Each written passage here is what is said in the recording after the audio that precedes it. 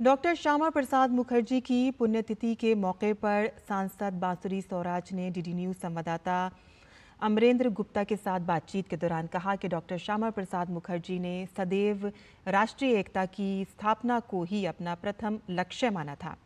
संसद में दिए अपने भाषण में डॉक्टर मुखर्जी ने पुरजोर शब्दों में कहा था कि राष्ट्रीय एकता के धरातल पर ही सुनहरे भविष्य की नींव रखी जा सकती है।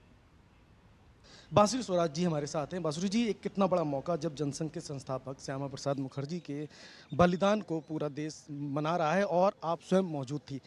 ये वो पल है जिस पल की कल्पना भारतीय जनता पार्टी ने की थी और जो कश्मीर का स्वप्न श्यामा प्रसाद मुखर्जी ने देखा था, आज वो साकार होता हुआ दिख रहा है। इसको कैसे देख रही हैं आप? ये वो पल है जहाँ पर हम ये याद करते हैं, जहाँ पर भी हम पहुँचे हैं। हमारे पूर्वज जैसे कि श्यामा प्रसाद मुखर्जी जैसे वटवृक्ष की छत्र छाया में बढ़कर आज भाजपा पहुँची है जहाँ पहुँची है। डॉक्टर मुखर्जी एक प्रखर राष्ट्रवादी थे। उन्होंने कभी भी सत्ता के मोह को कभी भी नहीं पकड़ के रखा, उन्होंने कभी भी सत्ता को जकड़ के नहीं रखा। उन्होंने हमेशा राष्ट्र सर्वोपरि, राष्ट्र प्रथम की नीति अपनाई और इसी को आत्मसात करते हुए वे कश्मीर चले गए। और आप जानते हैं कि कितने रहस्यमय तरीके से उनकी मृत्यु हुई।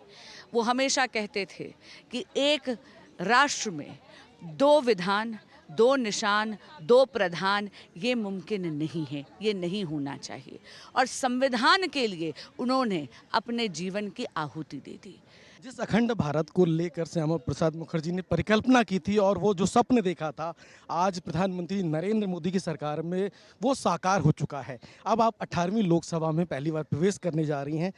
अब आपके लिए कितने बड़े मौके और जो परिकल्पना श्यामा प्रसाद मुखर्जी ने देखी थी, अब उसकी ओर आप कैसे कदम बढ़ेंगे? श्यामा प्रसाद मुखर्जी ने एक अखंड भारत की परिकल्पना करी थी और मैंने कहा ना कि उनके ही सपने को आत्मसात कर कर हमारे यशस्वी प्रधानमंत्री श्री नरेंद्र मोदी जी ने विकसित भारत का संकल्प लिया है।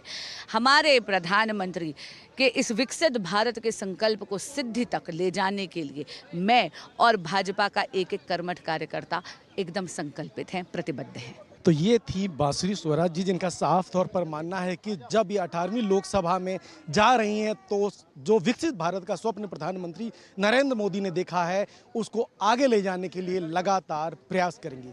कैमरामैन मोंटी के साथ अमरेंद्र गुप्ता, डीडी न्यूज, दिल्ली।